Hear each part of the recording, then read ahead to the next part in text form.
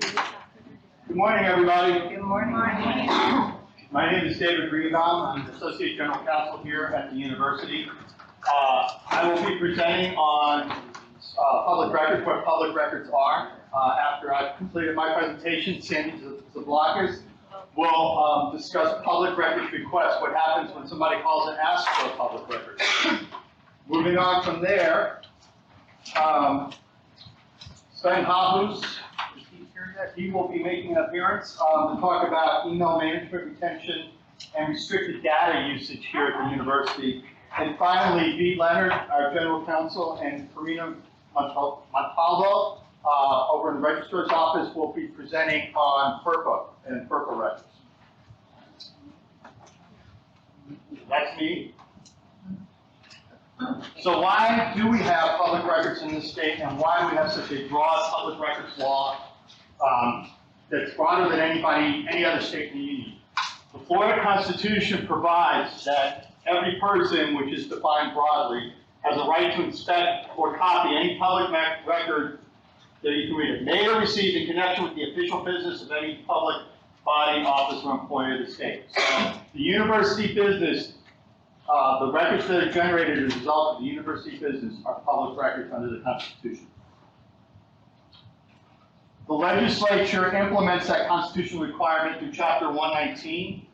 That's the public records law. So that statute talks about what is a public record, how you maintain those records, how people can access and request help to inspect those.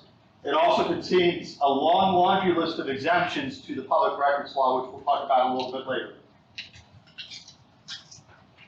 So public records, the university's business. What is the university? What makes it an official record of the university? What it perpetuates, communicates, or formalizes knowledge.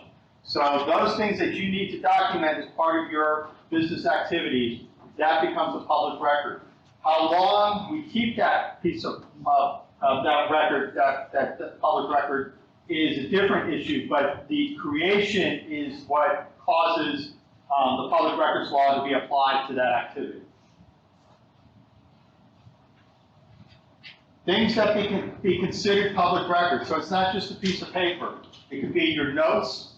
As you take notes to a meeting and start to talk about those notes at the meeting, that becomes a public record. Drafts that are circulated among staff are also considered public record. The telephone logs where we take messages for folks when they're not in the office, those are public records. Business-related emails, so everything in your email box from your FGCU.edu account, that is a public record. Materials submitted to the university, so this is generally within the procurement world. So all the materials that bidders and vendors submit as part of solicitations, those become documents that the university must hold on to. The university's financial records, student financial aid, that's all public records. Under the statute, it's all public records. And then our personnel records. So the file that HR has on each and every one of us, that is a public record. Other things can be public records too. As I said, your email messages, anything back in the days, tapes, photographs, films, sound recordings, so phone messages, the digital phone messages, those can be considered public records.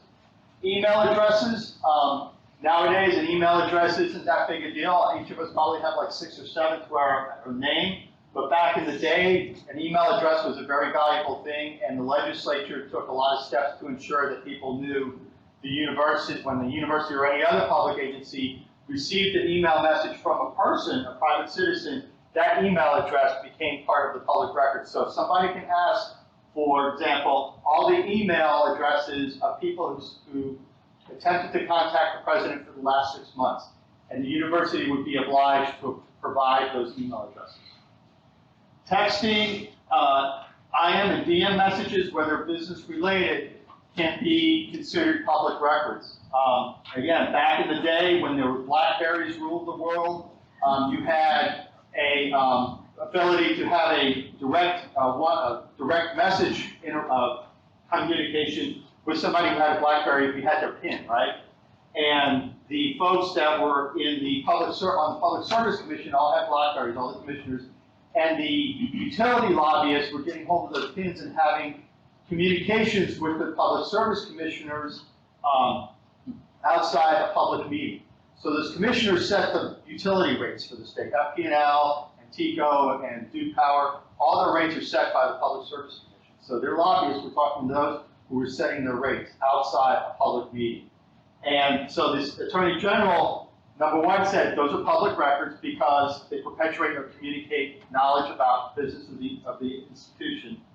But those messages have to be available for public inspection. They are not private communications. So whether you do that texting or DM messaging through your personal phone or for a university-issued phone, if they relate to the business of the university, those are public records. The university maintains a website, and it also maintains social media accounts at Facebook, Twitter, Instagram, I don't know where else. But any of those pages and any of the materials that are found on those pages are also public records. It also includes any comments that occur on those postings. So if we post a message on Facebook and people start to talk about it, those comments are also included in the public record that we have to maintain. Where do we find them on campus? Where do we find public records on campus? Electronic records are public records, right? So all the materials that are in Banner and Golf Line, those are public records. Student affairs offices over there in student success have student records all over the place, right? Disciplinary records in the student judicial conduct office, student health records, depending on how they're held and how they're used, can be a student record.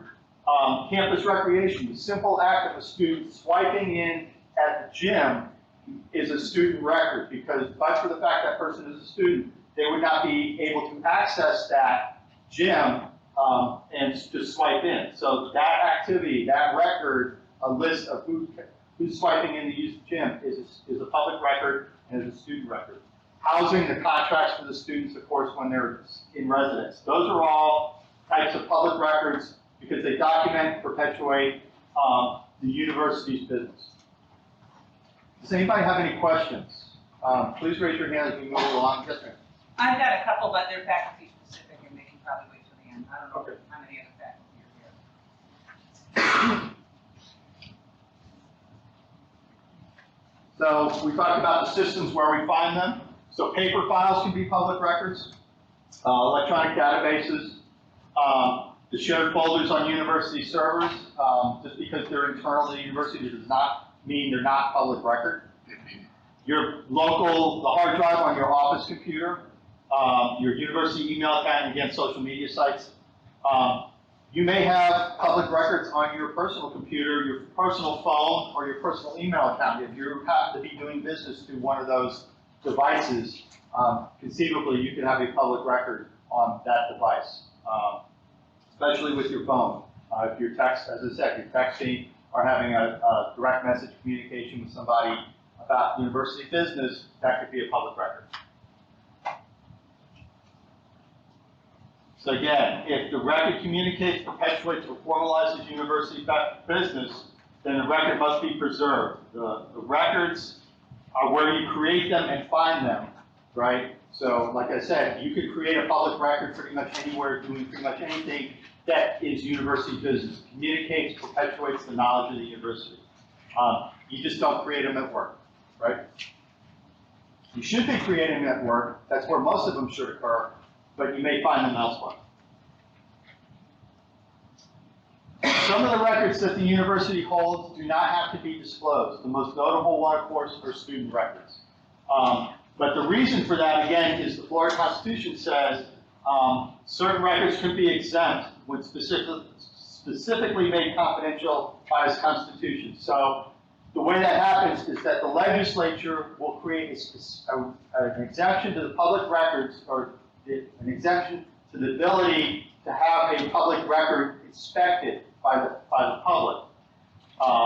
And they will create a very narrow one. So the narrow ones are some pretty obvious ones: Social Security numbers, bank account numbers. There's a specific exemption for student records.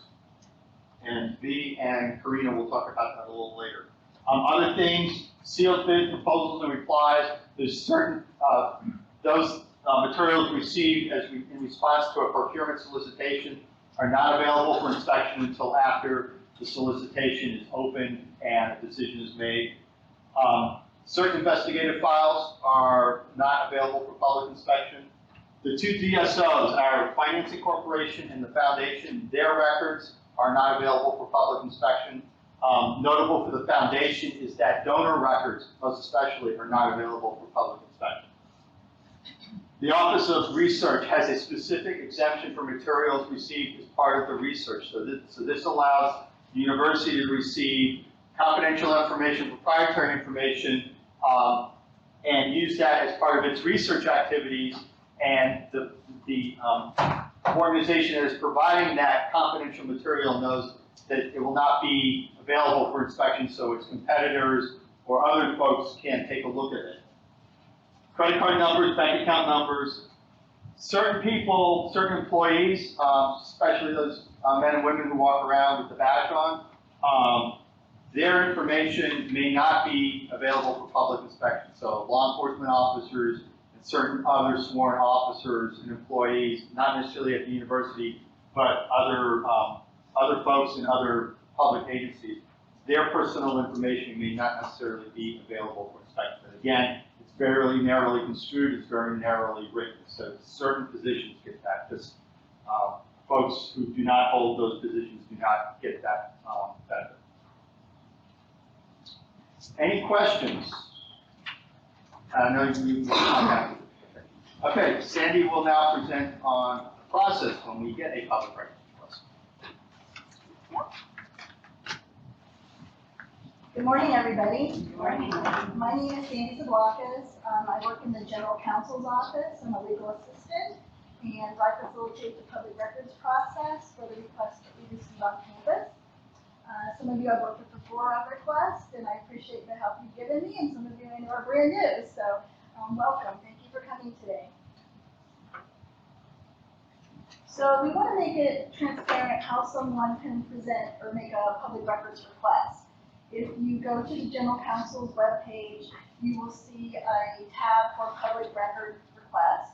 Also, if you go to our A to Z index, for those of you that are new, and if you go to P, under public records, you're going to find this page. On there, it lets you know that there's several ways you can make a request. We have an email public records request at FGCU.edu that we have just for public records requests that goes to me and the other people in our office. We also have a mailing address. We also have a fill in the blank form that you can put your request into. We have phone numbers. You can make a request in person. So there's lots of options that you can use to make your request. So anyone on campus can receive a public records request. Once you receive that request, you need to forward it to me, and I'm the one that will facilitate the process. Even if the records are in your own area, we'll work together on making sure we follow all the rules so the records are provided as they should be. We cannot ask someone why they're making a request. They don't have to provide their name. They don't have to provide any contact information.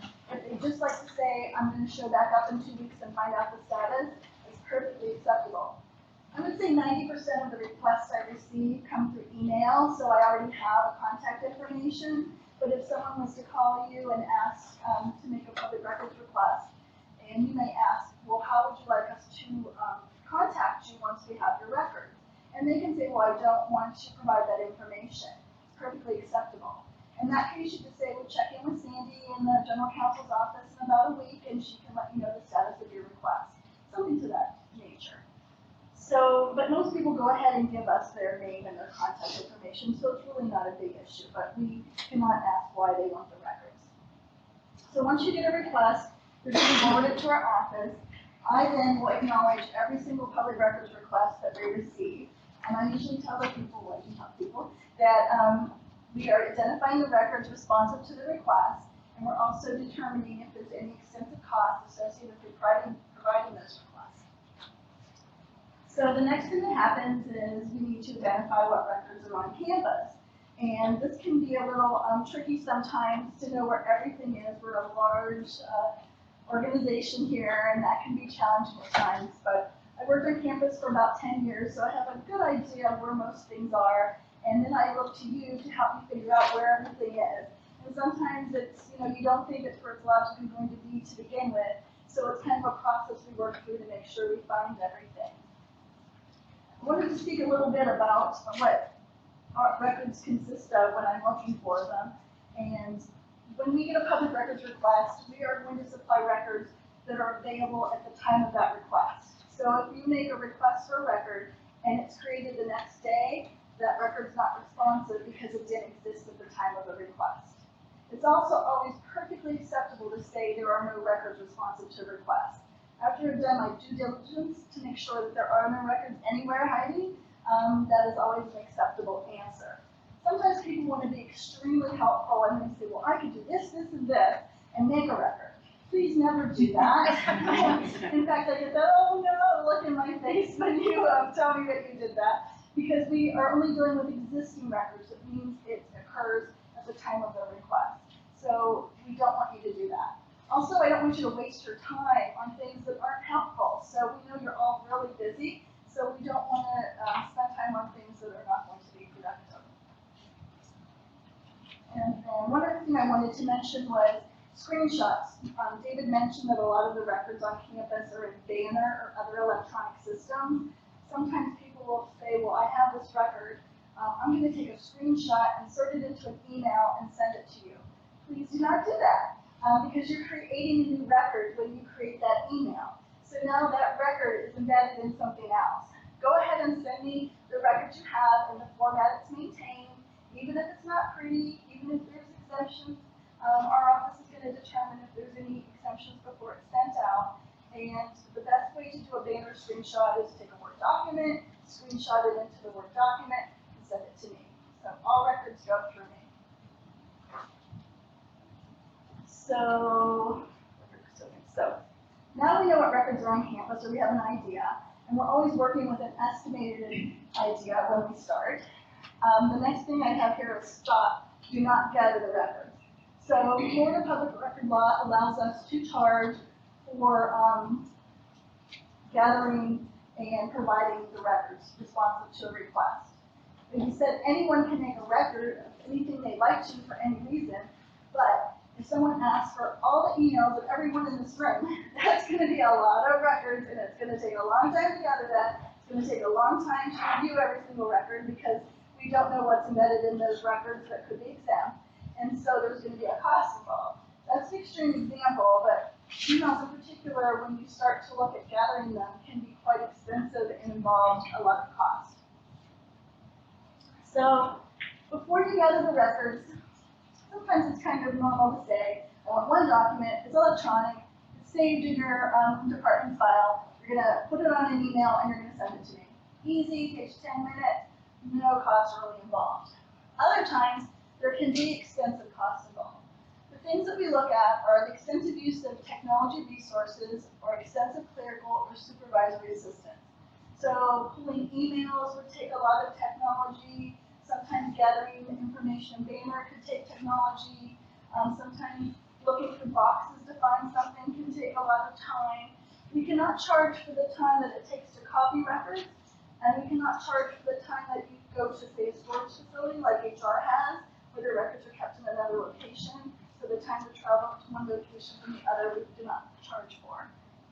The work that is, the person's work that we charge for is calculated at the lowest rate of the person capable of doing the work in that department, no matter who's actually going to do the work. So if you can do the work, and as a supervisor, you choose to gather those records, but the people that work for you are perfectly capable, then you're going to give me their name as the person that I would use to calculate the rate of pay and charge you for the time to gather the records.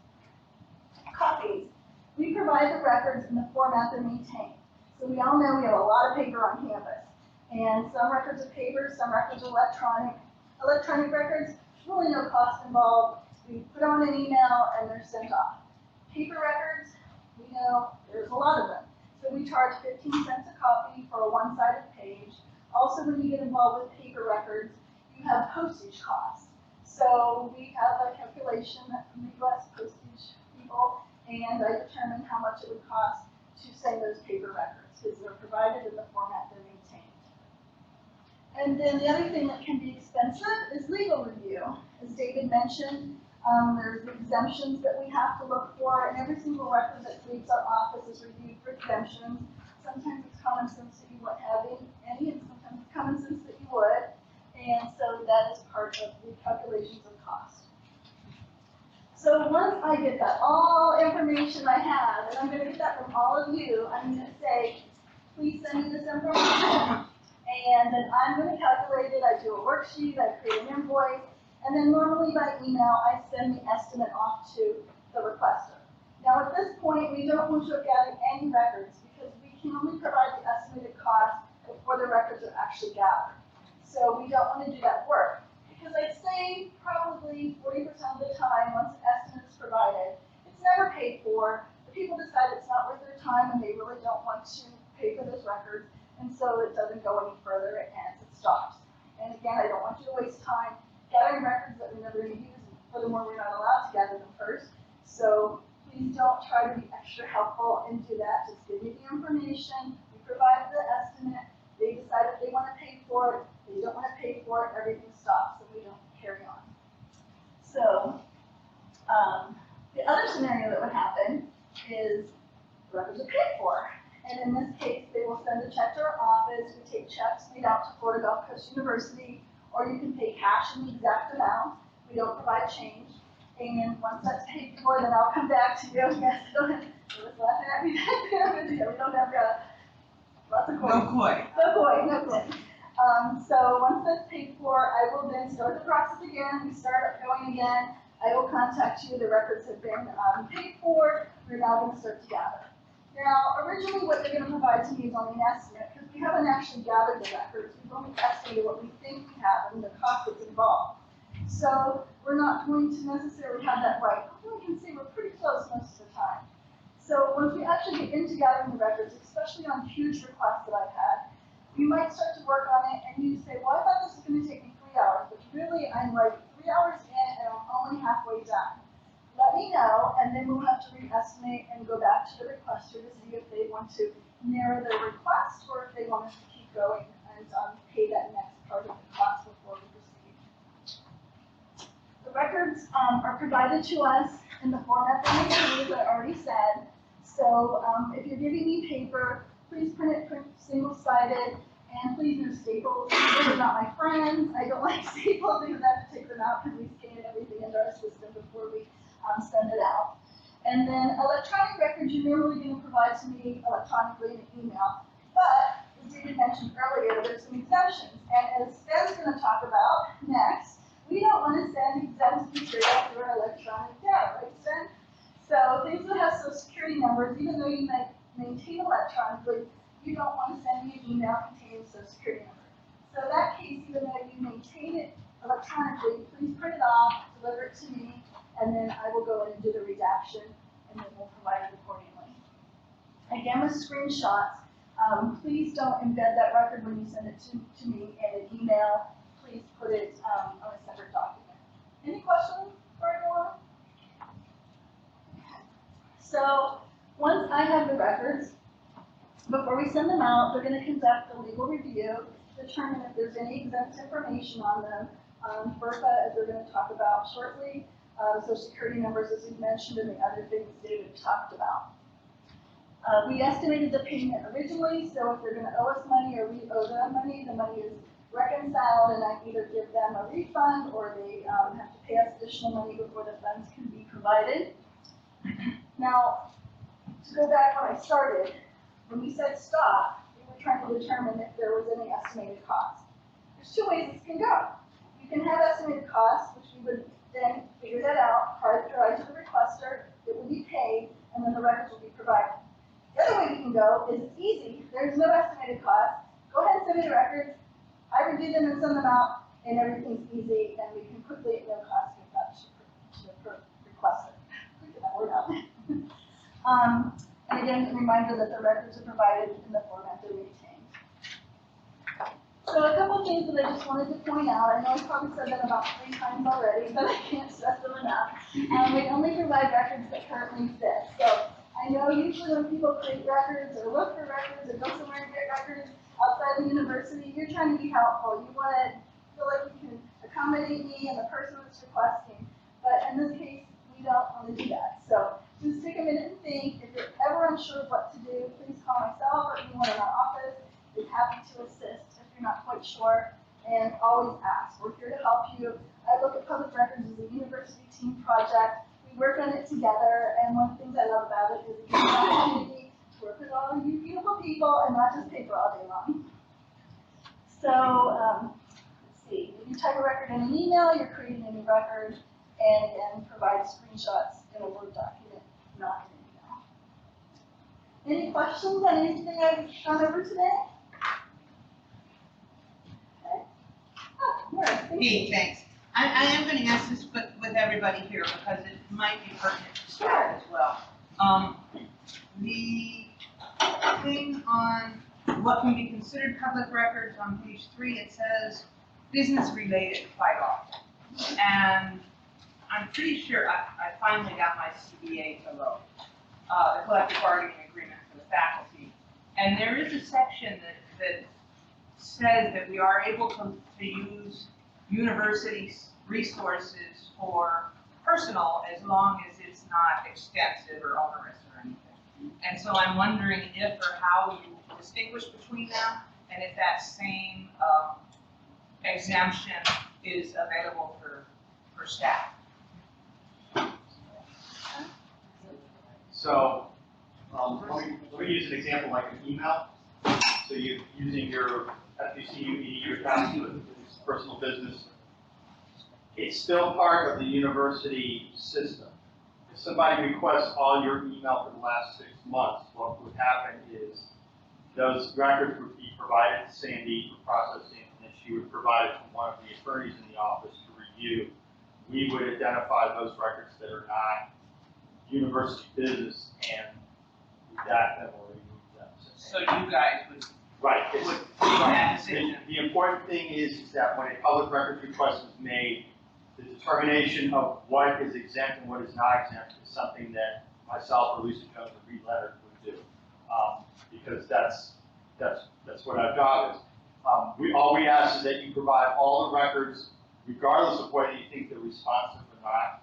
If we just say all your email for the last 6 months, then just provide that, and then we will sort through it and determine what's responsive to the record request, what would be exempt or not in response to the record. And the second one is probably a little more foggy. You said that we should be creating these at work. Many of us work after hours and on weekends and stuff. We VPN in sometimes. Yeah. And it's kind of scary to think that doing that would provide access to all of the stuff on my personal computer. No, it's not like that. So one of your now departed colleagues did all of their business through a Gmail account. So if somebody requested their records, the university would have to demand access to that Gmail account to obtain university record. Okay. So just because that person used a private account to do their university business doesn't keep it out of the realm of university. Could you repeat that? I got lost. So the person used a Gmail account to do all their business. If they never used their FGCU EDU account. So if a public records request was made of their record, of their business records, the university would have to demand access to that account to retrieve the records. Okay? So it's not necessarily that VPNing in automatically turns your private account, your private computer, or your private Gmail account, or whatever, into a university account. It's that if you're creating records by interacting through that system, the VPN system, using your personal computer, using your phone, or a tablet, or whatever, the records that you're generating are the public records, not that the device turned into a device that's publicly accessible. Also, I just want to add that usually when Sandy gets a public records request for emails, she will contact you and ask you to go through your email and send her your records. We don't physically go into your account. Now, we could, and if you're not cooperating, we will reach out to ITS and ask them to get those records for us. But we do allow you to go and get your records and send them to us. Because we recognize that everybody doesn't know what is or is not a public record, or what is or is not exempt. We just ask you to send us everything, and we'll make that determination. And we will redact. You don't have to worry about redacting it for us. You just send us a clean document. But what Sandy gets is what you get from. But sometimes if you are CC'd on something, or if you CC somebody else, and we get it from you, but we don't get it from that person, then we will come back, or Sandy will come back to you and say, I see that there's a record you didn't provide me, and then she'll sort through that. Okay, so I want to confirm, when I work at home and use my FGCU email account, Gulf line, all that stuff, the only thing that's public record is the official business of the institution, and I'll be providing it, and that does not mean that whatever entity is able to get into my personal information. Right. Okay. So I have a question. In relation to email, we can forward those to you and we're not creating a new record, or how does that work? It depends. Emails are complicated to provide and they're very tedious. And so normally if we're dealing with emails, I will ask them to print them out and give them to me in paper because we don't know what's contained in them. So there could be exemptions. Again, we don't want to be further emailing something that could have possibly in the past be emailed with a social security number or something. So in that case, we are better off going ahead and printing them, providing to me. When it comes to the requester getting the records, I'll provide them electronically because that's how they will maintain. And for the purpose of our process, it's fine to print them. In fact, I prefer to give them to me, especially when there's a lot of them. Every exempt document I'm going to go to the about, and we work very closely together. And if I'm ever unsure of an exemption, we make sure that we are following the laws to the T, and I work with you very closely to do that. And people do it. Any other questions? Yes, Laura? Hey, thank you very much. I bothered you for public records requests, and having this information helps me understand that process a lot better. And I hope this presentation ends up on the general counsel's page. I didn't understand the part where you said, if I send you a screenshot, then don't do that. And you probably don't do that in the course of your business very often, but for people that say work in human resources, someone wants someone's salary. There's several ways we can get that information. Probably the most accurate one is to do a screenshot of your salary from a banner screen. Sometimes what people will do is they'll hit reply to me, they'll take that banner screenshot and do it right into the email and send it off to me. You've just created a new record by doing that. Now that record has the email information in with it, and it's now grown to be more information that the original record contained. So it's much cleaner to just take a Word document that is clean, do the screenshot into that, attach it, and send it to me. That way, you maintain the integrity of the original record. So you can still send it on email If there's nothing as a exempt Word in it, document. if it's appropriate, and it gets tedious, and I know there's times where I work with you all, and it's like, well, this and that, and you kind of have to maneuver through it until you get to that sweet spot where we have the exact right record and the exact way to provide to the requester, and we follow all the rules of the law. And so it can be very tedious, and I know sometimes I probably, those of you I work with a lot, are you crazy? Because I'm like, well, ask you this question, ask you that question, what about this, and where did you find that from, and how come this way, and where's page 2 of that? And so I have to really dissect it until I am sure. When I'm sending it out with my name on it, I want to make sure that I'm sending the truest, best record that I can, most accurately within all the rules and laws that we have to work with. So I have to make sure that I'm comfortable with what I'm sending off on behalf of all of you. And so it takes a lot of questions and a lot of tediousness to get to that, if that makes sense. Thank you very much. You're welcome. Yeah. Okay, so I work in the foundation office, and we often have a lot of confidential donor information. When we send an email, you put confidential donor information in the subject line. Does that include it? Does that help us? Is that something we should do? No, it doesn't. Okay. That's what I'm sorry. The mere fact that you designate something as confidential does not make it so.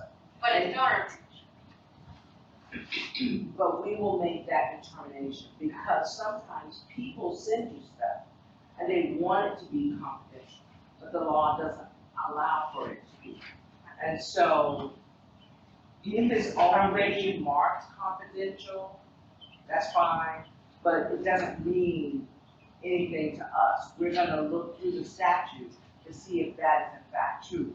And even though it may be marked confidential, we may still release it. And I know David gets that a lot when people are providing information through the procurement process. So, what it is just because some, like he said, because somebody says it's confidential, you might be saying confidential to other information, and that's appreciated that you're giving us a heads up that this information may be something to look at, but it's still an analysis the university or general counsel office needs to do. In procurement, when we receive solicitation, they say everything is confidential, including the terms of the agreement. Well, public policy says terms of the agreement are not confidential because the citizens of the state have a right to know what its public agencies are procurement. That's standard speech. It's not speech. So we have to sit down and decide what is confidential. There is an exemption for software. So the actual software can be considered confidential. Other materials, like at my previous employer, vendors would put confidential on newspaper articles. So we would have to say, no, that's not confidential. We're not going to, the county is not going to consider that confidential information. So, it becomes, public records laws is broadly construed. So as I said, everything the university does is a public record. If it perpetuates, communicates the activities of the university, it's considered a public record.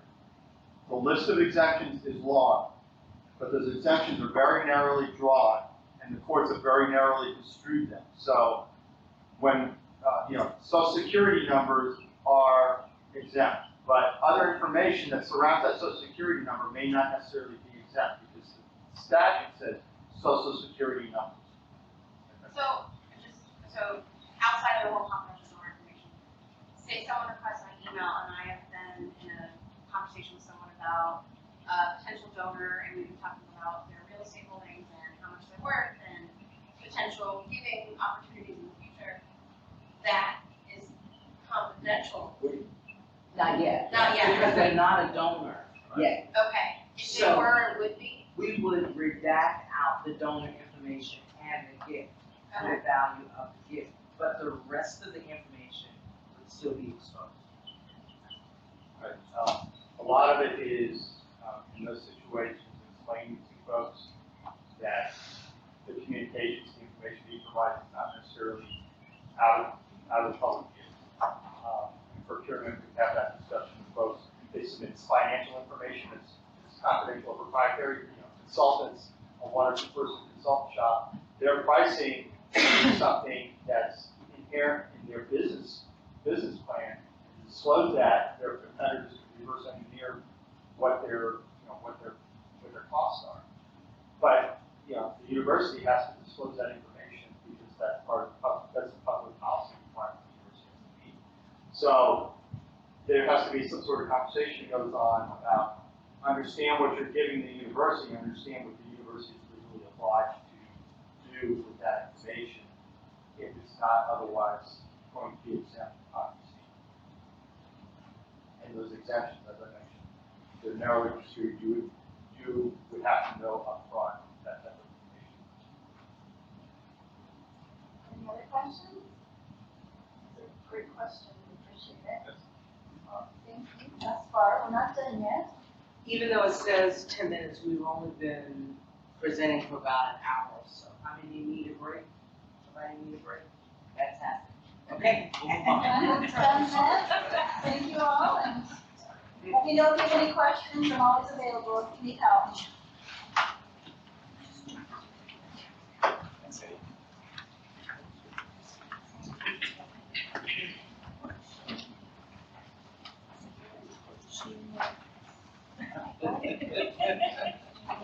Yeah, right?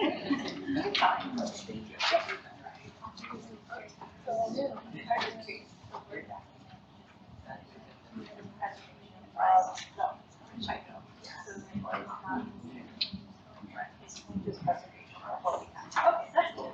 Thank you. Yeah, I should understand.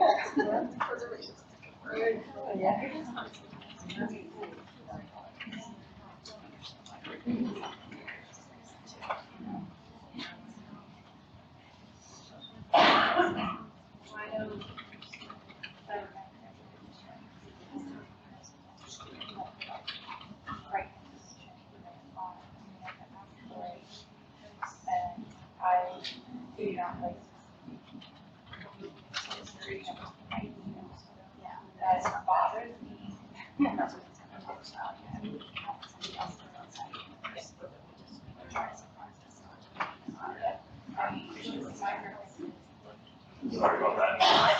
Technical problem.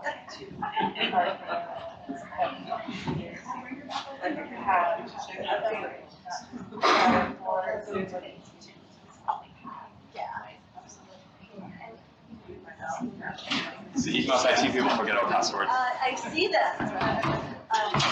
You've done Technology that beats ITS. It is.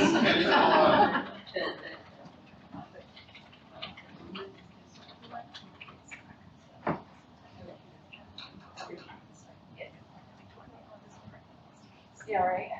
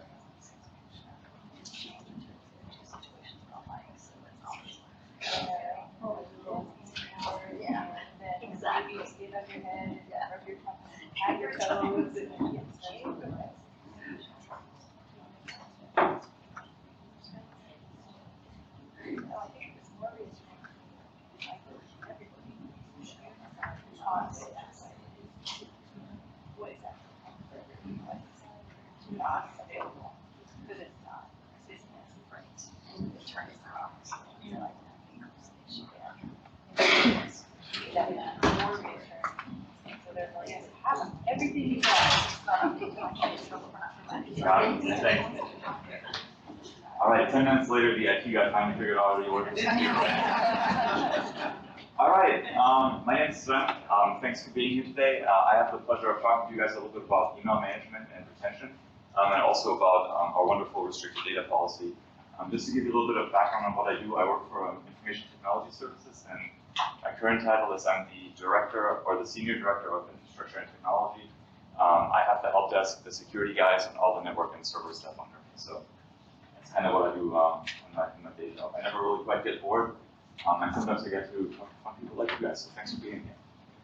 So the first thing I want to talk about a little bit is email management and retention. And actually, the good thing is we've actually been able to simplify this quite a bit over the last couple of years. When we originally, when I first started working at the university here, we used to only give everybody about 100 meg worth of email space, which, if anybody remembers that, that was a lot of fun.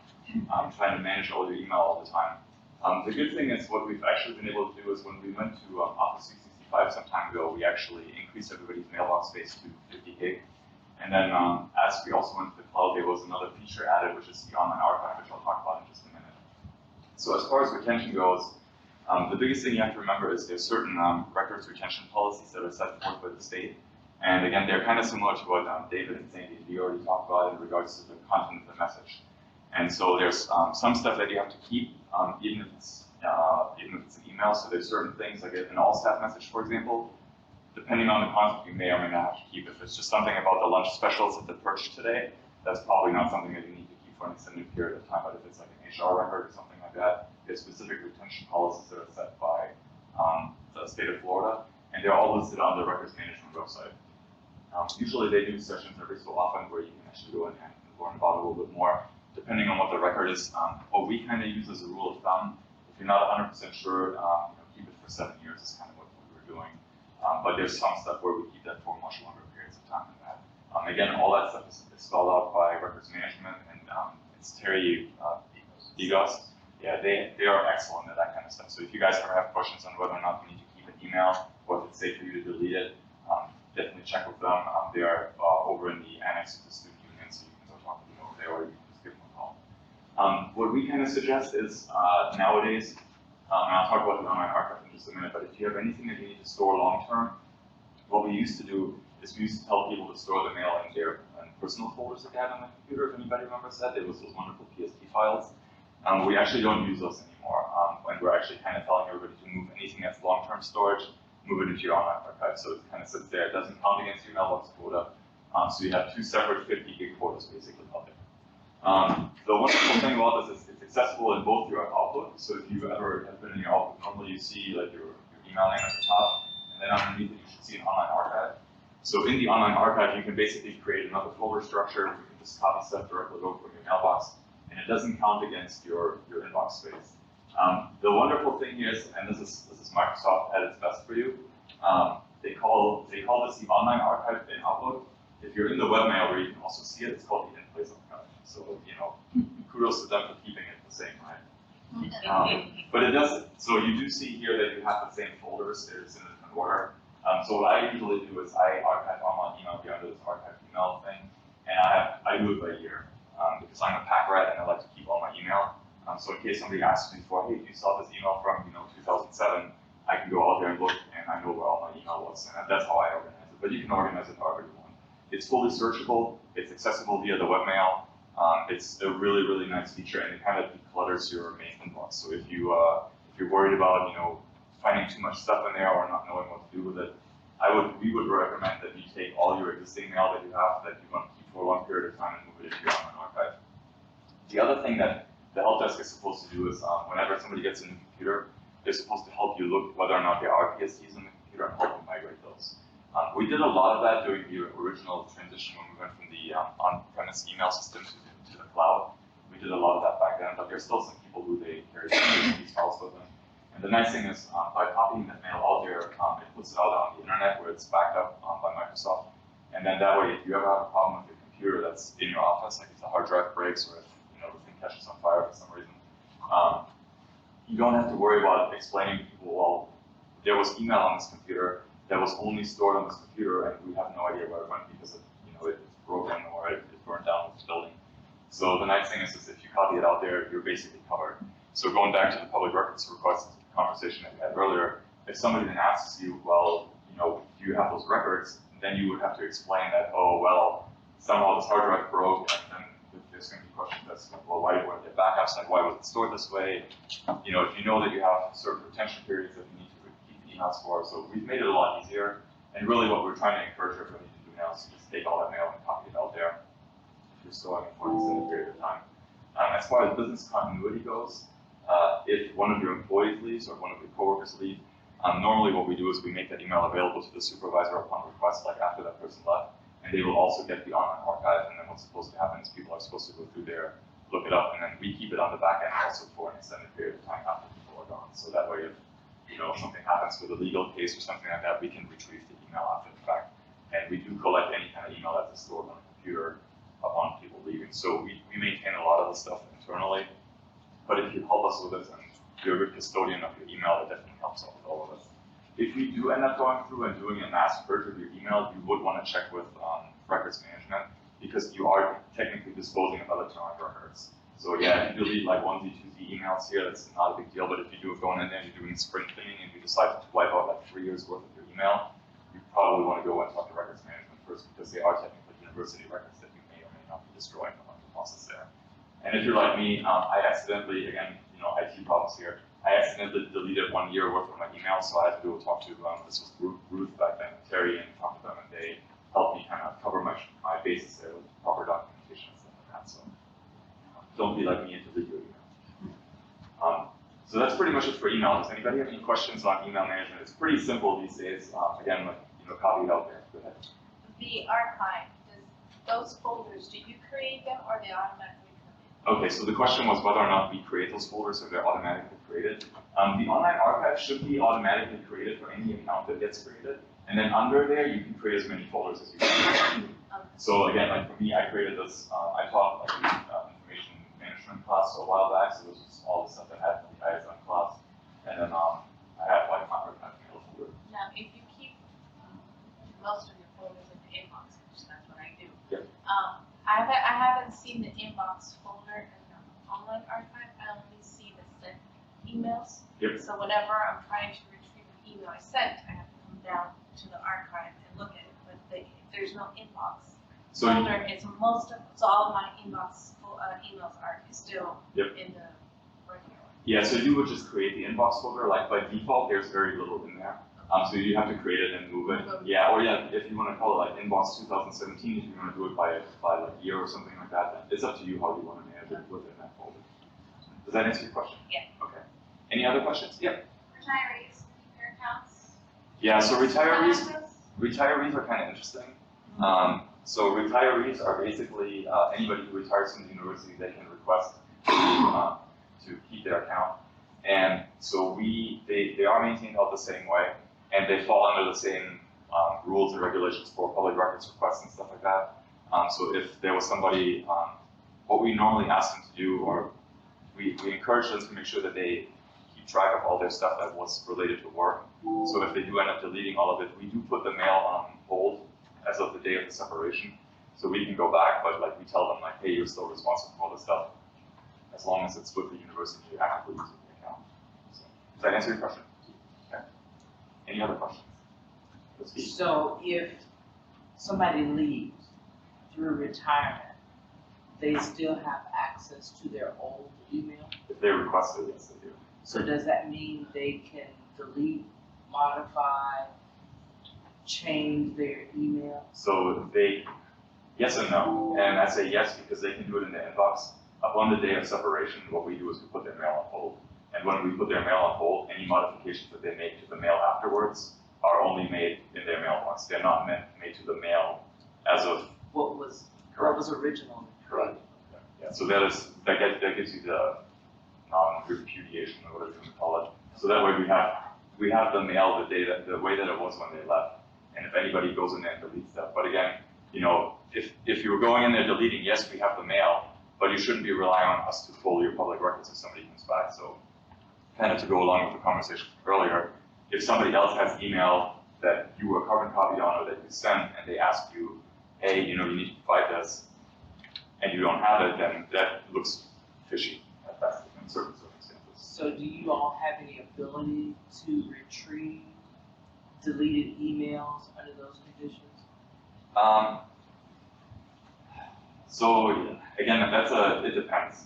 So the way that the email retrieval works. Yeah, I've learned from you, V, over the years. As I've done this presentation, you've asked the question. So it's an interesting question. If it's mail that was deleted and it's in the on hold feature. So if we put like, let's just say I leave May 1st, and if it's a mail that I delete that was previous to May 1st in my mailbox, we can get it back easily. If it was deleted after May 1st and it came in after the fact, I think it puts everything, actually now that I think about it and I walk through this, it puts everything on hold because we put the mailbox on hold. Okay. So even going forward, if they deleted stuff, we wouldn't have it. Okay, I believe. But there's also if they go and delete it themselves and they want to get it back, they can go to recover deleted items and get it out of there and those types of things. So I don't want to bore you guys with email recovery. That's a wonderful topic, and you can hit me up after this if you're interested in it. I'll talk to Europe about it. It's riveting. Any other questions? Okay. All right, so that's it for email. Hopefully that's pretty simple. Where it gets a little bit more complicated is with the restricted data policy. And so where this came from is, this came out of an audit several years ago, where the state of Florida, the state auditors actually came by and talked to us a little bit about, hey, do you guys have a data classification or data standards policy? And what this means is the university has to basically say, okay, what is critical data to the university And then in the policy, you're supposed to talk about like how do you access it, how do you store it, and how do you get rid of it if you no longer need it. So the most important thing that we did with all of this is we wanted to make everybody really, really aware of the fact that this does not prohibit you from using this data. You just have to be very cautious and careful as to how you handle this data. So a good example of this is if you are working somewhere where you have to take donor information, for example, we'll use you as an example, and they send you credit card information. You can use this in your day-to-day job, and you can work with the data, but when you, at the end of the day, need to store that data somewhere, you need to, for example, paper form, you need to put it in a locked filing cabinet in a locked room. You don't just want to have it laying around on your desk. If it's an electronic record, for example, and you are storing it, you want to store it on your university share folder, as in your private share folder, not the university like free-for-all folder, or the cross-departmental shares that we set up for people. And if you have questions about this, please feel free to ask me. It's a little weird. The whole thing is we don't want people to store the stuff on their local computer. So if you have like a spreadsheet that has a bunch of social security numbers on it because you just needed to go download some prospective student information, you can work with it on your computer, but we really highly suggest that you don't leave it there because you're supposed to encrypt it. Now, we have rolled out some encryption software that is supposed to be on all the computers, but honestly, don't put yourself again in a situation where you have files on your computer or like on a laptop, for example, that you're carrying around with you, and now you lost this happened in the government all the time where people have a laptop that has a bunch of healthcare records on it or something like that, and they leave it at a hotel. So now you have to worry about like whose record was on that laptop and things like that. So don't put yourself in a position where you end up having to worry about that you even left something on there. So biggest thing here again is it doesn't prohibit you from using the data, you just have to use it a certain way and store it a certain way. And again, the other things are in there. So what is restricted data? There's a lot of words here. Basically what this means is any kind of data that the university has deemed as causing a harm to the reputation of the customers or stakeholders of the university if it was to get out or be handled inappropriately. That's kind of what it says in a more or less elegant way. Probably more elegant than I'm actually saying it. But there's a couple examples on our website, and kind of like, this kind of goes along with what Dee was saying earlier and what David and them were saying too. There's a lot of interpretation to this. There's some hard fast things like driver's licenses, visas, social security numbers, credit card numbers. Those are like a couple things that are definitely restricted data. So anytime like you hear about that kind of stuff and you hear it getting out in the public, you hear about people having their identity stolen, things like that. So there's a lot of that stuff that's in here. There's some items in there that are under like FERPA, for example, like FERPA records are in there and things like that, that are kind of exclusive to us being a university. There's stuff in there for ITMs and responses to bids and things like that, admissions applications for student records. The best thing that I will tell you guys here is refer to this chart. It's on our website, and if you aren't sure whether or not it's if it's a restricted data item or not, just treat it as restricted data and don't save it on your computer or talk to us first. Like always err on the side of caution. That's what we tell everybody. Like we'd rather have you not, send an email with something in it that after the fact you find out it's restricted data and then have to worry about how are you going to get that back, than worrying about calling us and wasting our time. Because really, you're not wasting our time.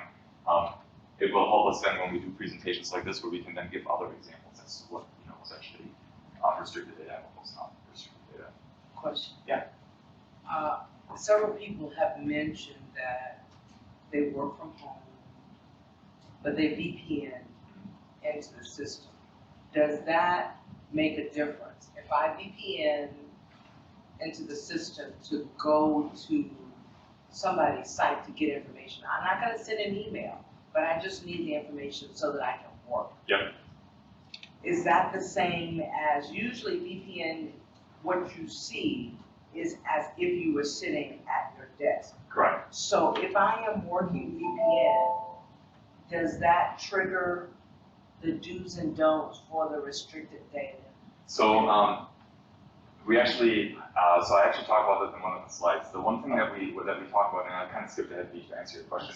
So no, you're fine. So the question was about VPN access. So for those of you guys who haven't used the VPN is a way for you to take any device, any computer, and connect it to the university network so that you can access some of the resources remotely.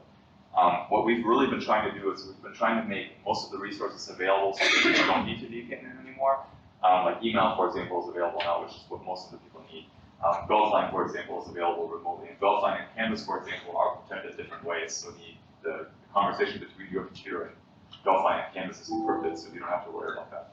But if you do need to get to some of the files remotely, we do ask you that you use the VPN, because it encrypts the conversation that your computer has with our network.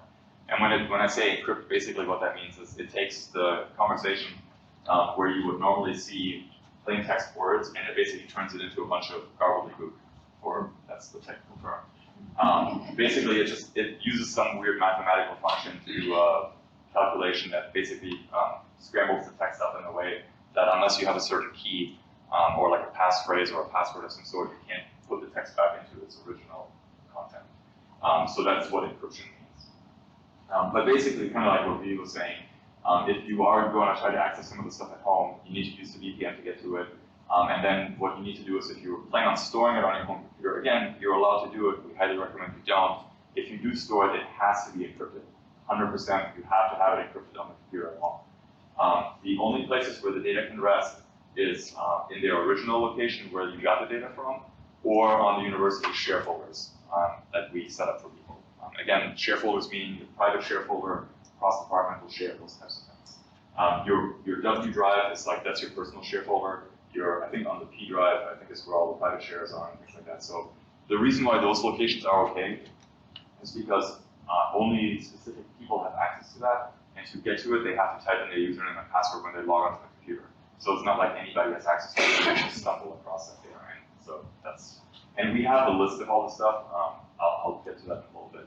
But that's how you access the electronic ones. If you do have it on your computer and you're going to get rid of it and you no longer need it, make sure you delete it and then empty the recycle bin. Because a lot of people, they delete stuff and then they leave it in the recycle bin. And it's kind of like I've also seen people use the deleted items folder in their inbox as another like sorting mechanism. It works for some people. Who am I to judge? All right. So if you do have physical restricted data, the big thing there is don't turn that into a scanned document. Email it or fax it. So interestingly enough, there are a couple of exemptions to the faxing rule. The exemptions there being healthcare still apparently does most of their records transmission this way. So we've worked with student health, and they know what to do. Basically, like what it means is like if you do fax something or you get something that is a restricted data item that would have like people's healthcare records on it, for example, they are waiting by the fax machine to go get the record, and then they move it into ultimately where it's going to be into like a block filing or something like that. Don't just make something. Don't make a copy, leave it laying there, or like fax something and call the person on the other end if you're going to be faxing it, make sure that they got it, and those types of things. Don't use third-party copying services because you're never going to know what they're going to do with the data. Store it in a locked cabinet, and then if you're going to get rid of it, use a cross-cut paper shredder. And again, follow the retention period. So the retention period applies to basically anything that we have across campus, being physical, electronic. Just make sure that you follow those schedules that are put out by records management. And again, the people over there are really great. They'll be happy to work with you on any of this stuff. If you have a lot of files in your office, like paper files and stuff like that, and you're looking at getting rid of them, you can talk to them. They'll come over. They'll kind of go through some of the stuff with you and tell you, okay, these are these types of files. They have this type of retention schedule, and they'll help you figure out how to do this. And then when shred day comes around, I think we just had shred day yesterday, and you can take those or you can work with them and they'll shred them for you, so you don't have to worry about it. You get certificates of disposal of all that stuff, and you're covered. Don't just throw the stuff in the dumpster. That's the worst thing you can do. Any questions on this stuff? Okay. All right. Transmitting again. We talked about don't email it or fax it. We say use the private departmental share or cross-department share folders. Again, if you want a little bit more information on this, come hit me up after this. I'll be happy to talk to you a little bit about it. If you do need to send it outside, we ask that you encrypt it. So now again that we have rolled out the encryption software, there is a way how you can encrypt data right on your computer. You just right-click on it, and there's an option there to encrypt for sharing. Again, we really ask you that unless you absolutely have to send it, that you talk to us and it will help us. We will help you figure out the best way to get it to somebody if you need to send something that has restricted data in it. So if you do have a file that has, all the social security numbers for all the students in the university in it, we'd probably want to talk to you before you could send it to somebody. Even if you're trying to do it in a secure way, talk to us first. And then obviously, make sure that you only share with authorized individuals and that they have access to only what they need access to. That's one of the most important things. If you have a report that has Social Security numbers on it and you're sharing it with somebody who's not supposed to see that stuff, take that column out and send it to them, and it might not be restricted anymore after that. So again, it depends. Also really important, if you have any kind of electronic equipment, computers, laptops, tablets, we take cell phones if you want to, and no, we don't use them for ourselves. Basically what we're doing is we're making sure that they get scrubbed at the end, so any kind of data that was on there, we go through there and we wipe everything that's on there. So I don't know if you guys ever watched the news, they like to do this thing every once in a while where they go on eBay and they buy a bunch of like old computers, and they go, whoa, did you guys know what we recovered from all these computers? There were all these records on there. We make sure that when we get the computers out of here that they have no more records on them. So because we donate the computers and stuff like that to charities and things like that. And we want to make sure that if somebody was to go get a hold of one of those computers that they wouldn't have restricted data on them. So again, you can talk to the help desk if you call us. CDs, flash drives, those types of things, we will take those. CDs, some people have like those cost controllers where you can throw a CD in there. You can do that. Again, make sure that you're following records retention periods and stuff like that if you're destroying anything. Let's see. Yeah, I have that on there. So yeah, the records, people really want to make sure you follow retentions. So then there's one thing, every once in a while, it will unfortunately happen that we do have a policy violation, so that's may or may not, it actually happens more frequently than you think where people do this accidentally, where they email a file to somebody and all of a sudden the file has like 3 or 4 Social Security numbers in it, and we didn't know. So what we end up doing is we ask everybody to contact the help desk, and then what we do on our end is we have an incident response process that we kind of kick in, and we look at what was the we don't necessarily want to call it breach, but what was the incident and what got impacted? Like, was it like a credit card number or Social Security number? Who did it go to? Those types of things. And basically, based on that, what we do is we then take steps to contain the problem. So make sure, like, if we know that it's in somebody's mailbox on campus, we'll work with that person to delete it out of the mailbox and stuff like that, verify that it's gone. And then usually what we do is we fill out an incident report, and if need be, we actually escalate this to VP and the vice president. So they kind of goes up the chain. And that way they are also aware of what's going on. Because depending on what we lose, like if we were to lose, for example, and actually the good thing is, so we don't really store credit card numbers on campus, so that's one benefit to us because we outsource most of that stuff. But if you were to lose, there's actually state and federal laws that talk about, depending on how many records or personally identifiable records you lose, for example, there's certain notification laws that we have to follow. So like if we were to lose, like, let's say 1,000 credit card numbers, we actually have to talk to Visa, MasterCard, and American Express and let them know, hey, we had a breach, or these numbers got leaked. And then we have to go and like work with them to contact the people who own the credit cards and stuff like that and let them know that, hey, your credit card number got stolen or whatever. And those are the types of things why we have to be informed when something happens. And it's, again, most of the time it's something really, really small. We actually, knock on wood, we haven't really had anything major happen. But this is the kind of stuff people need to be aware of, because a lot of people, they just don't think about this in the day-to-day, like what they're working with, the data that they're handling. So it doesn't really cross their mind. But just let us know, And again, if you're not sure about it, talk to us. Like we'll be more than happy to say, no big deal, wasn't restricted data, wasn't anything that you have to worry about. So if you receive an email from outside the university that has a Social Security number on it, should we notify you? Yeah, I mean, it probably wouldn't hurt. The thing with those things is, like, it's most likely not going to be one of our constituents. What you should do is you should tell them really, hey, we're not supposed to be receiving this material this kind of way, and work out a different way how they can communicate it with you, or like receive it at least in an encrypted way so that it's not in plain text. Because the problem with email is, like, if you look at the email when it's flying across the internet, it's totally legible to anybody who looks at it. So that's really the problem with email. It's basically, we call it plain text, it's not encrypted in any way, shape, or form. But if they were to send you that in like an encrypted attachment, for example, then it wouldn't be a big deal. What a lot of other people do is they use like a file sharing service, and I know this sounds kind of stupid, because I'm saying sharing in the sense that you can share with other people.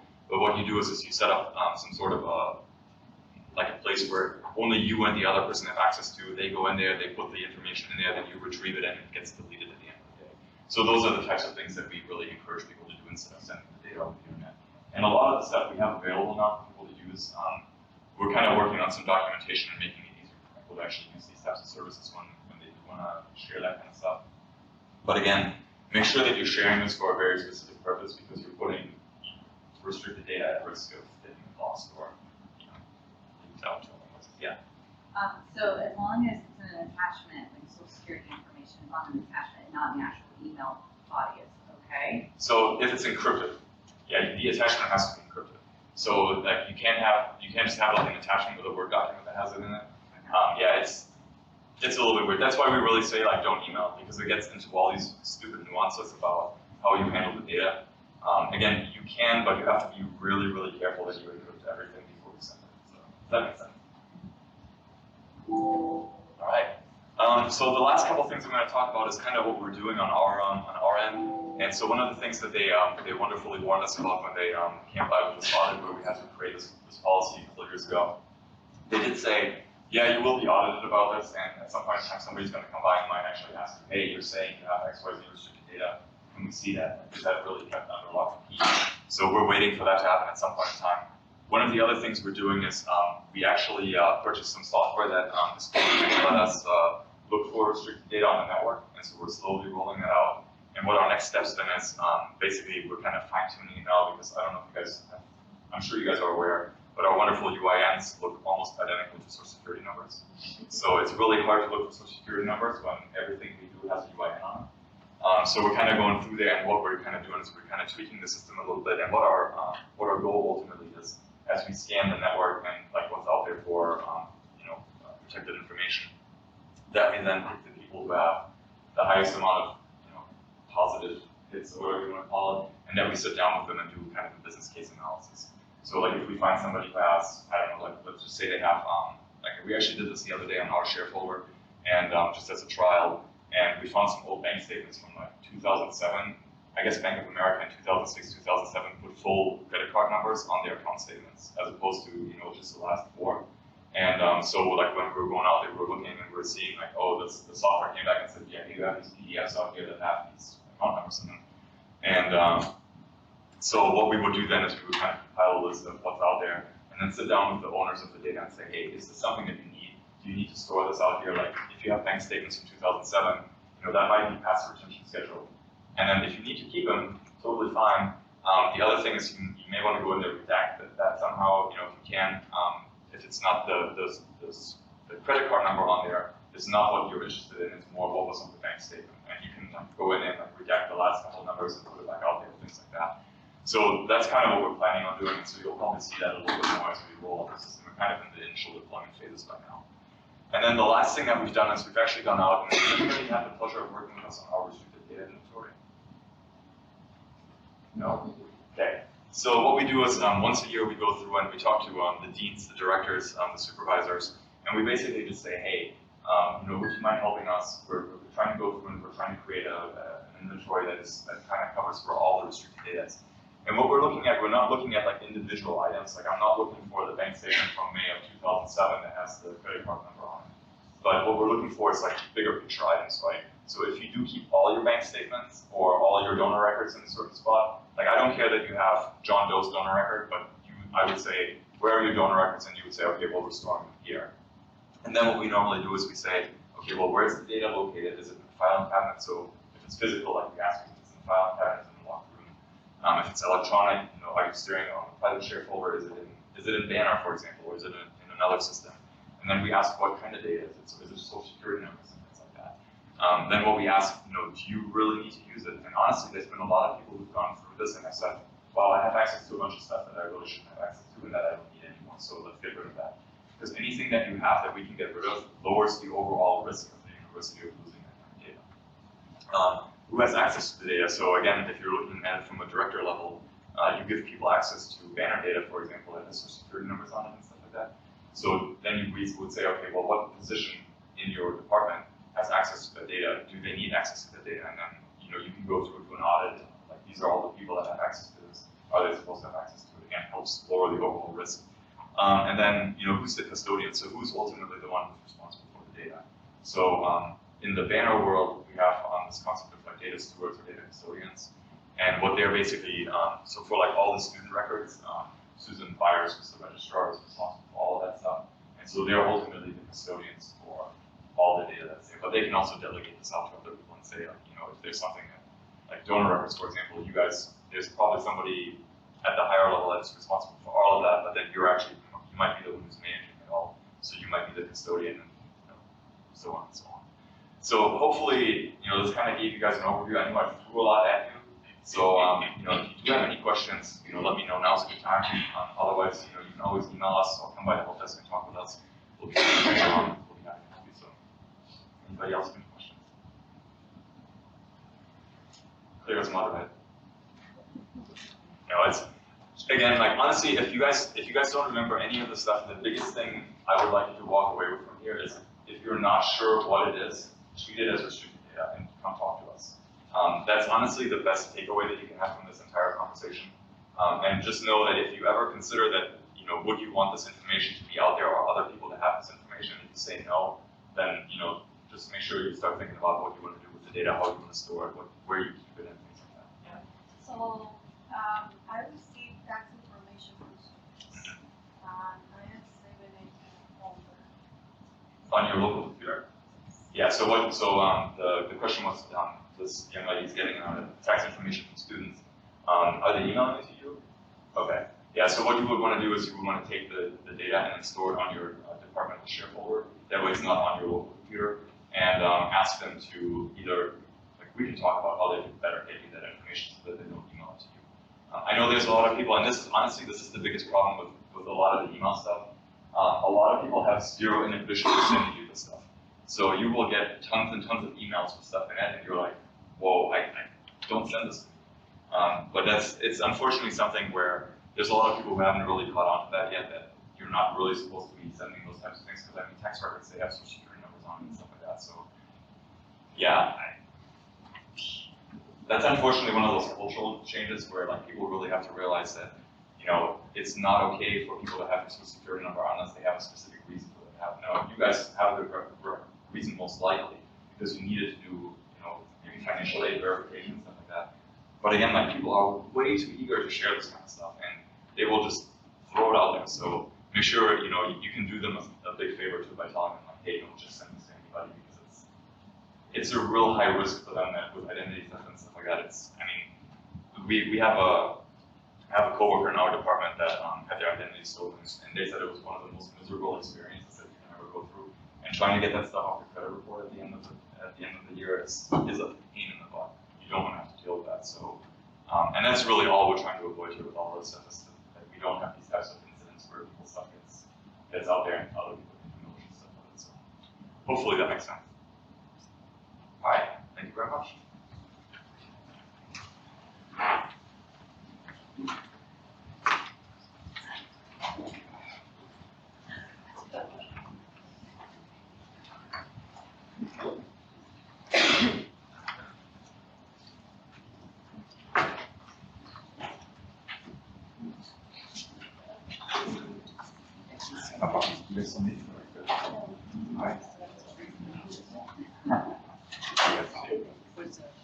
Oh, the clicker, it's on the, sorry, I left it over there. No problem.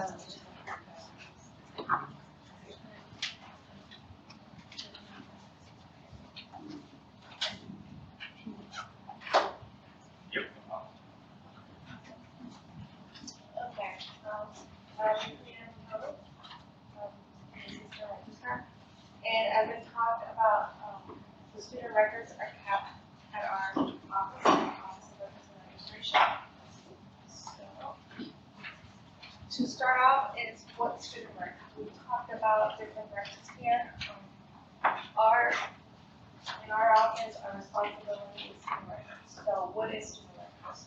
Student records is all the information that students submit to the institution upon the admission. So it could be admission records, transcripts. The air conditioning, we're having a hard time hearing. Oh, okay, sorry. So I was saying that student records is everything that the student submits at the point of admission. So transcripts, high school, college transcripts, when they fill out the admissions application, they have all their personal information. Residency information, it could be income tax information, if the student's being signed by the parents, so it has residency information, so all of that is part of the student's record. At the time that the student is admitted, the admissions office is the custodian of that record. Once the student matriculates or registers for the classes, then the Office of Records and Registration becomes the custodian. So our registrars, as the buyers, as the head of the department, the assistant registrar, so I deal with records international. So I assist her on maintaining records. Years ago, we still had, the admissions office was still collecting or keeping all the admissions as a paper file. In spring of 2014, we moved on to keeping those records electronically. So since then, all the records, everything that the student submits to the admissions office is kept in PDF matter. In the interim, our office, we still had a records room, so we still had paper files. So all of those records were still kept paper in our office. We have recently met our retention. We follow the retention period with records management, so we met all the retention. So whatever records we still have left, our students are still with us, or they're still within the time frame that we're mandated to keep the records. So we decided to backstep. So right now, our office is backstepping all of the admission records that we still have on the campus. So that's what student records is. Let's see. Since our office, the student submits everything to the institution, we become, like I said, a custodian, so we're responsible, so we don't disclose information to anybody that just contacts us. So that comes in when parents call our office and they want information on their son, they want information of how their son is doing, they want grades, test scores. So that comes into, okay, has the student authorized a third party to receive that information? And that's where FERPA comes in. So we have to look at what the responsibility of the institution is, who do we disclose that information? Usually, when a student comes here for the first time, there is an orientation. Orientation for first time in college, as well as orientation for transfer students. And the registrar's office distributes a form that the students complete to say who can access their records without their consent. And with mom and dad there, mom and dad say, make sure my name is on the form. But as soon as mom and dad leaves, the student removes that access for the parents. And then they may call a professor, a dean, or whoever, and that's when they find out that they no longer have access. And so we cannot talk to them, we cannot tell them anything until the student provides their consent. Also, sometimes there are some disciplinary actions and the parents want to get involved or they hire an attorney. The student still has to identify that person as saying, you can release that information. Otherwise, when they call, the parent has to be told that, I'm sorry, your student's directory information or any information is not to be disclosed. And that person, that student will have to disclose or provide documentation. And they will work with the registrar's office and they will tell them how they can gain access. They have many conversations over the phone. A lot of parents are irate, they're angry, and they want to know, why is my student getting an F or failing this course? And you cannot tell them where your son or your daughter has not been to class for the past 2 months or the past 6 months. That is something that we have to be authorized because grades are protected under FERPA. The same thing goes for subpoenas. Sometimes we get subpoenas for student records. If they were in an accident, let's say, and they want information on the student health records as to whether or not they had a condition prior to the accident, we will get a subpoena The university is not a party, but we have to have a release. Well, I take that back. Subpoenas are a little different. But we do have to notify the student that we have it. They can't stop us from releasing it, but we do have to make them aware so that they can go to court and do whatever it is they need to do to protect their records, if such is the case. And this is what I was just talking about, the written permission, where the form is on the registrar's website. I have a question. Sure. So, let's say that I am an advisor. Where will I be able to see that I can speak with a parent? Is it in Banner? Okay. Yes, in Banner, when our office receives the form from the student, we have a staff that goes in and puts a comment. Okay. So, in Banner, it's Gashman, you guys are familiar with Gashman, that's where the comment is placed. So we put that, the name of the person who the relationship is, with the form that we provide to the students has the lines of where the student authorizes the person. So they provide us the name and what the relationship is to the student. And then right at the bottom of the form, it asks, how much information do you want us to release? Is it unlimited information, or do you have an exception that you want us to not to release? And there are some students that do provide that information. Some of them don't release any financial information. So whatever information the student puts on the form, our staff makes that comment and we ask. So that's where advisors or faculty can go in. And like Bea said, there are a lot of students that they come in with mom and dad, they fill out the form, follow, they come back and they resend it. And we have to do something. Say you have a student come in who's under the age of 18, does that apply to them still? That they are If under, Yeah, they start at the age of 17, they come in at 16, some kids do. Does that Well- apply? the law says that once you become a student, you are not a minor as far as your records are concerned. But there is a provision that says that if your parents still claim you as a dependent, then they can have access to those records. But we look at all of that once we get a request. You know, also the reverse is true. Sometimes students want their parents' financial information that the parents completed as part of FERPA. And they're saying, well, this is my application. I want to see my parents' tax information. And it doesn't work like that. So, but we look at those specific instances when they come in, we ask questions, and we make a determination at that time whether you can or cannot. Sometimes we may get a call from the financial aid office if they're not sure whether or not they can provide access, but they're usually well versed in that, and so we don't get very many phone calls asking for that, but it does happen occasionally. Yes. Thank you. This is great.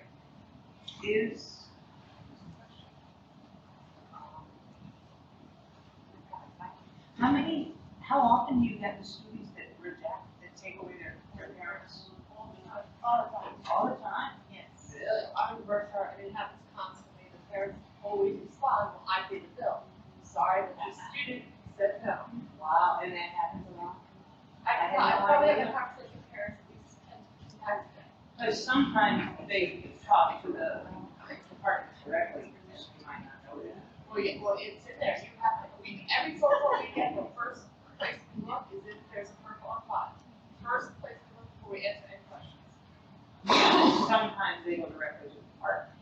That's it. If there's an act But that, it- then we have to go to So I assume it's FERPA Yeah, and send them back to you guys. We had a parent email yesterday that wanted to know why their kid was receiving an F in class. I'm like, I'm sorry, I can't give you any information because your child did not allow us to release them to you. Yeah, and our office receives those phone calls, and we'd be glad to check for any advisor or faculty where there's a parent on file or not. We're just gonna get a call. We've already emailed the statute to parents because they don't believe in that. It gets that, it goes that far. And oftentimes what happens is they want specific information for the child. So whenever the parent is very upset, I usually end up getting those phone calls. So what I try to do is just give general information. Okay, in the world, this is what happens when students get this. Maybe it could be academic standing issues. Well, if a student receives an academic warning, these are the reasons. I'm not giving specifically information of their child. I'm not releasing grades to them. I'm just saying, this is what happens. This is why the students get this type of notation. And just say, talk to your kid. That's the best we can do. Because we don't have that authorization from the student for us to talk to them. And in our college, we don't allow faculty to get into that conversation. We kind of route it through the advice. A lot of parents can be very intense, very hostile. And some people don't really know how to handle that. Because what they're saying makes sense. It's true, they do pay the bill, and why can't I? So it's best to not deal with that at all. And just, I don't know if all departments or all colleges have somebody specifically to address those issues. But the first thing someone, if they get a call from a parent, is to make sure you can even talk to the parent, because that's not a given. Yes? Sorry, one more question. I've been working with a student who has a message pop up on her records, but not for FERPA reasons, for, I guess, confidentiality, because of, that could be anything, lawsuits, restraining orders, things like that. What is our, Students do fill out that. There is a form that students can block any information from being released. So even if they provide, there's a written consent, you make sure that there is the signature and a photo ID with signature of the student authorizing that. It could be for many reasons why students choose to have that confidentiality note on their record. It could be in stock or something, I don't know. But students do fill out that form. You do check that little box inside that says confidentiality, and it will pop up on every screen that you go into that student, it will say confidentiality. So pretty much you can't release anything that's out there. Even if the student calls us and they're saying, this is me, we have that, we don't know if it's really you, so you have to come in person with photo ID to identify yourself, and at that time we can release the information that you have. So yes, that is often there. When students graduate or they're getting close to graduation, we contact the student, we email the student saying, hey, there's a confidential block on your record. This will prevent future employers from contacting our office, and we will be able to release that information. Commencement program, your name's not going to be released. Your name will not be disclosed to the media because we have that block there. So oftentimes students choose to rescind that. They fill out, they just write a statement, please remove my confidential note, or we ask for photo ID with signature, and we get that removed from the record. But otherwise, it stays there. And the other day I had a student, we had a verification of degree from 2007, the student graduated, and that docket record is still there. So I had to contact the person and say, unfortunately, I'm not able to release this information. I didn't have no contact with the student, so I said, please have the student contact the university, and we'll be glad to speak with them. So that stays on them, and that prevents us from releasing any information. One thing I want to point out is Karina's office is helpful in guiding you on how to talk to the parent, because parents can be very sneaky. How do you know that who you're talking to is who they say they are? And so she can help you ask the right questions, get verification from the phone call, and what questions to ask to verify that they are in fact who they say they are. Or it could be the student claiming to be the parent. All of these things have to be verified, because on the phone, you have no idea who you're talking to. The next one is directory information. This is set by the university, so this is information that we're able to disclose without the student's consent. Students are notified they threw an email saying, okay, this is the following information that we will disclose without your consent. So we have that information. This, I know Sven was talking about restricted data, that doesn't fall under that. So we're able to disclose this information without the student. But if they have that confidential on the record, we can't even disclose that information. And some of this can be listed on FERPA too, because I've had students list their own parents knowing if they attended class, et cetera, et cetera. It will be, if they have their records exempt or they have filled out the form, even this directory information will not be disclosed. Right. Because you'll notice that I think one place they have if they got a scholarship, is that on here? Honors and awards received, dates of attendance. A lot of times parents want to know, is my child still going to class? Are they, did they skip out? You hear of stories of people who don't know that they're a student. They're receiving the money to go to school, but they're not going to class. If this information is blocked, they can't get that information. Any questions on our parent? So housing students, when parents come and say, oh, I don't have my kid's mailing address or I don't know what building they're in, we can't give them that, right? It's not directory information. We have an email address, but I don't believe we have any other kind of address on here, so no. So we can't even give out a mailing address, well, it's post number. Only if they know their address where they live. Okay. They may be dropped off at the dorm and move off campus. That's not what we want. As long as we still collect.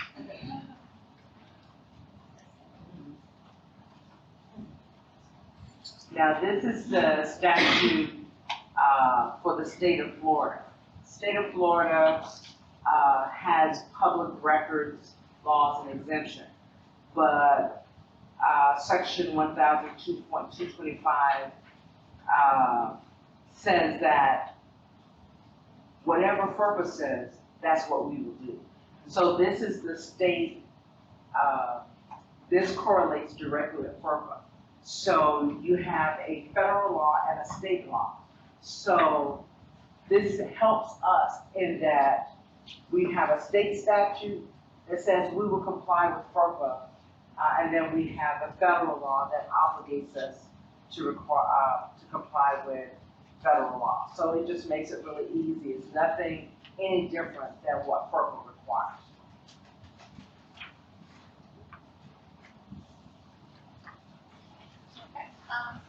This is where student records are found, obviously at the author registrar's office, academic program offices, the advisory staff, student records.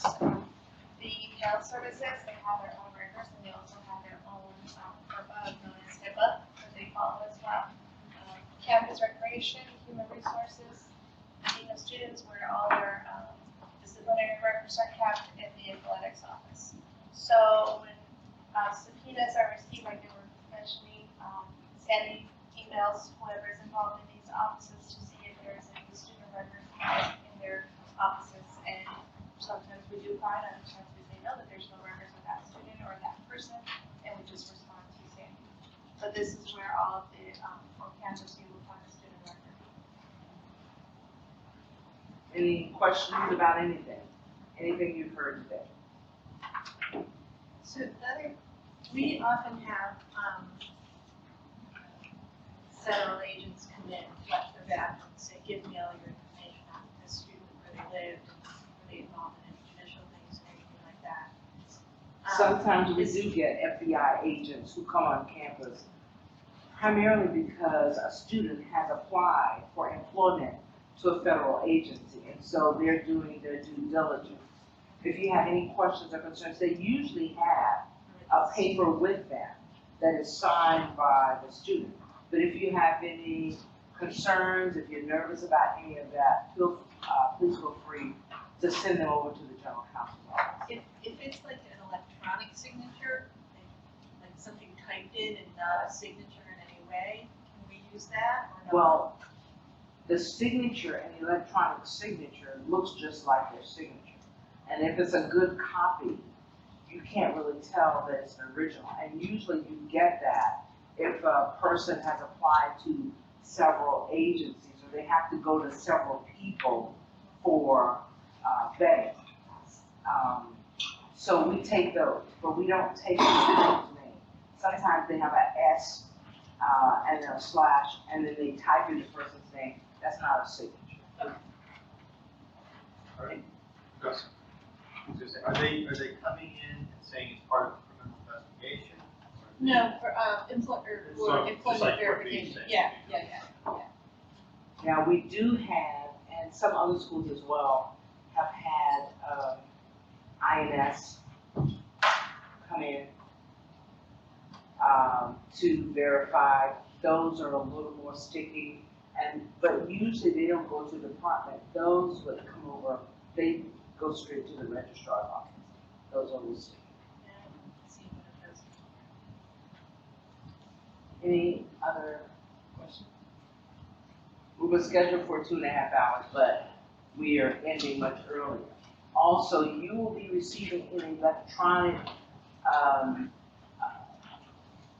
appraisal form. We do ask that you respond to that so that we can offer something else that you may be interested in, improve our presentation, whether or not you found it helpful, too elementary, whatever it is, please let us know so that we can be responsive. Yes? Is there a way that we can get a copy of the email portion of the PowerPoint? Sure. Anybody else? Thank you so much for coming.